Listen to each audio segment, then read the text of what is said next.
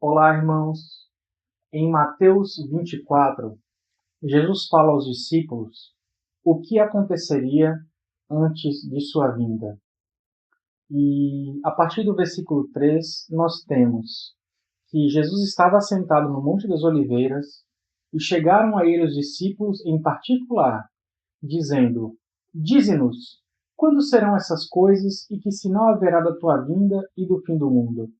E Jesus respondendo disse-lhes: Acautelai-vos que ninguém vos engane, porque muitos virão em meu nome, dizendo eu sou o Cristo, e enganarão a muitos. Então muitos serão enganados. E ouvireis de guerras e rumores de guerras. Olhai, não vos assusteis, porque é mister que tudo isso aconteça, mas ainda não é o fim. Então, irmãos, estamos nesse período, no princípio das dores. Nós ouvimos falar de guerra.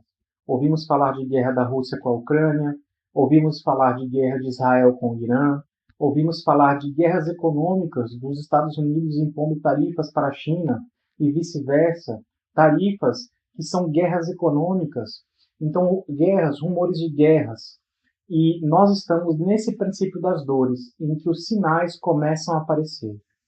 E Jesus diz a partir do versículo 7: Porquanto se levantará nação contra nação, reino contra reino, e haverá fomes e pestes e terremotos em vários lugares.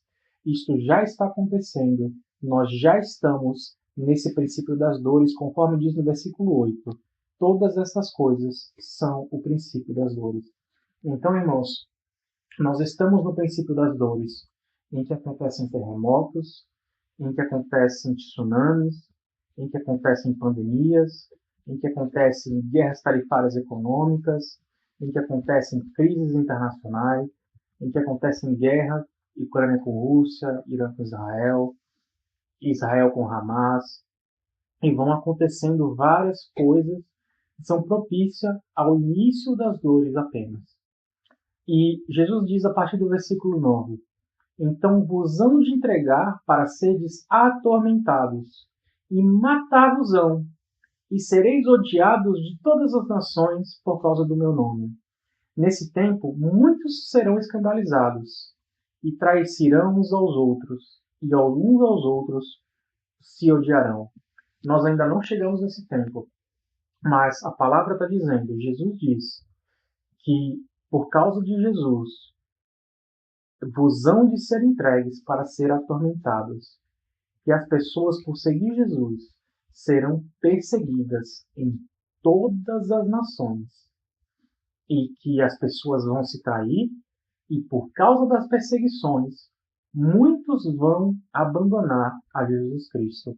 O que passa a gente por uma primeira reflexão. Nós somos fiéis a Jesus? O que sustém a nossa fidelidade a Deus? Será que nós amamos a Deus? Estamos dispostos a seguir Jesus, mesmo se formos perseguidos pelo nome dele? E Jesus prossegue no versículo 11: Surgirão muitos falsos profetas e enganarão a muitos. Gente, um falso profeta não engana uma pessoa falando uma mentira. Ele disse que algo vai surgir e algo surge. Por isso, ele engana as pessoas. E Jesus está dizendo que surgirão falsos profetas que enganarão as pessoas. E prossegue no versículo 12.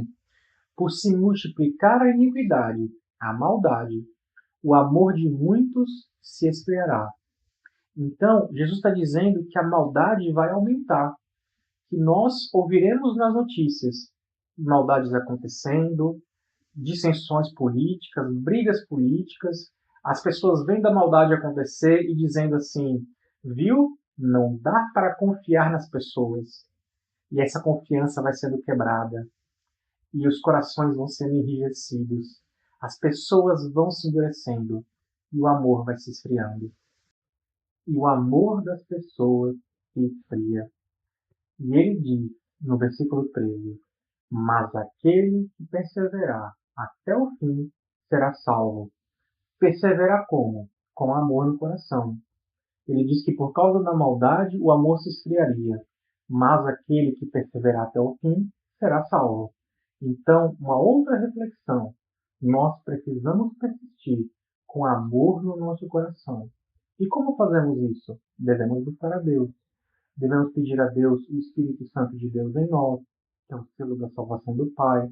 Pedir ao Espírito Santo que cuide de nós e nos molde conforme a sua vontade. Devemos orar, buscar a presença do Senhor. Devemos jejuar. Devemos buscar manter o fogo aceso. E é Deus quem mantém o fogo aceso em nós. Mas devemos buscar a presença do Senhor.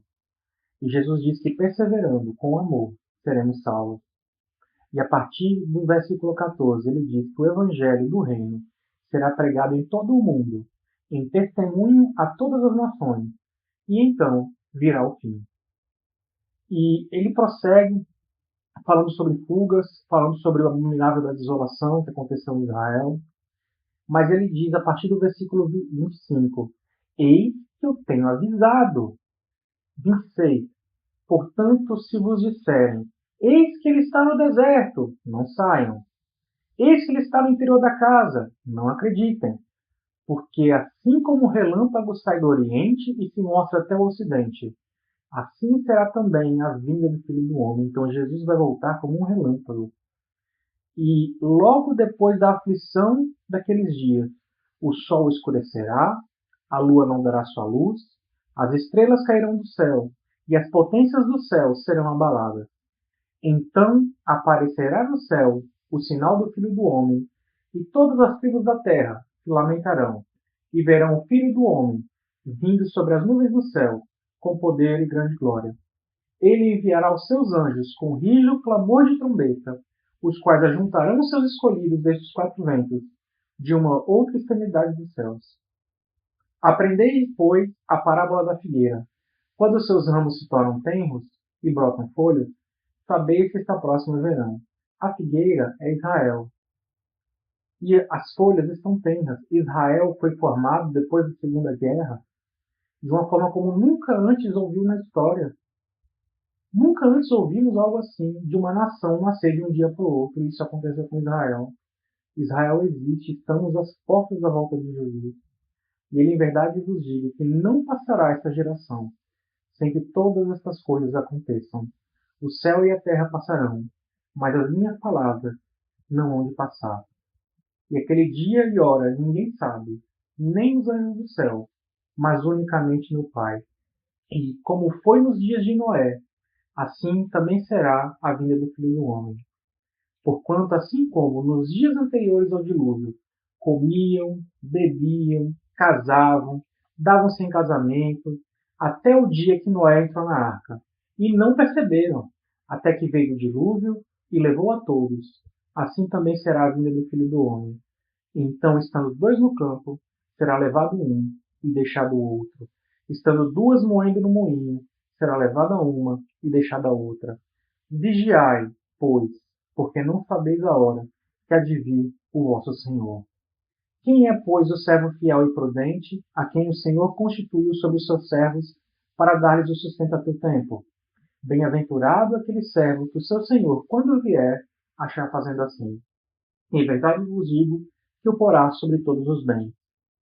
Mas se aquele mau servo disser no seu coração, o meu Senhor tarde virá, está demorando muito, e começar a espancar os conservos, e a comer e beber com os ébrios, virá o Senhor daquele servo no dia que ele não espera, na hora que ele não sabe, e separá-lo-á e destinará a sua parte com os hipócritas. Ali haverá pranto e ranger de dentes. Então, a gente às vezes não pensa sobre a volta de Jesus, porque a gente não vê, não é o que está no nosso dia a dia. A gente passa o nosso dia preocupado com as preocupações da vida. O preço da energia, o preço do gás, o preço da carne, o salário, o imposto de renda, coisas do nosso dia a dia, nossa família, nosso trabalho. Mas uma certeza é que Jesus voltará. Jesus está voltando e já estamos nos princípios das dores, irmão. Nós precisamos estar alertas. E Jesus diz, bem-aventurado, bendito é aquele que, quando Jesus voltar, encontrar fiel. Então, nós que cremos em Jesus, devemos buscar estar com óleo nas nossas lamparinas. Devemos buscar estarmos fiéis, cumprindo a vontade do Senhor. E o mandamento do Senhor é Ameis uns aos outros como eu vos amei. É praticar o amor.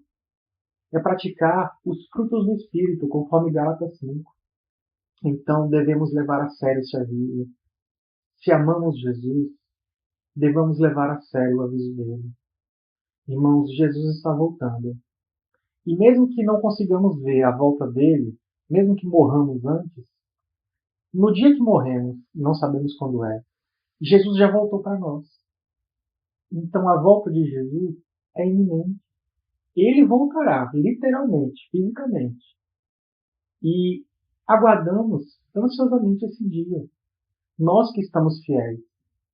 Então, mais que nunca, devemos buscar orar, jejuar, buscar a presença do Senhor enquanto podemos encontrar, clamar ao Senhor que a presença dele esteja em nós, que ele nos molde, se a gente realmente quer ser salvo.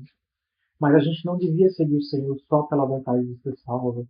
A gente devia seguir a Ele por quem Ele é, pelo amor dele por nós, porque Ele pagou o nosso preço na cruz do Calvário. Porque quando Ele subiu aos céus, Ele disse que ia preparar morada. Ele foi arrumar um lugar para a gente morar. E daí Ele vem, quando esse lugar estiver pronto, para nos buscar. Ele nos ama, irmão. Devemos buscar a Jesus. Ele é vivo. Ele responde orações. E Ele está batendo na porta do nosso coração, só esperando a gente convidar Ele para entrar. Devemos, portanto, buscar Jesus em oração. Buscar Jesus em tudo que nós fazemos, em tudo que nós podemos fazer. Busca Jesus, ore, jejue, busca o Senhor e o Senhor com certeza te abençoará. Que Deus te abençoe, que Deus esteja contigo e te abençoe em todos os seus caminhos. Busca Jesus, pois Jesus está voltando.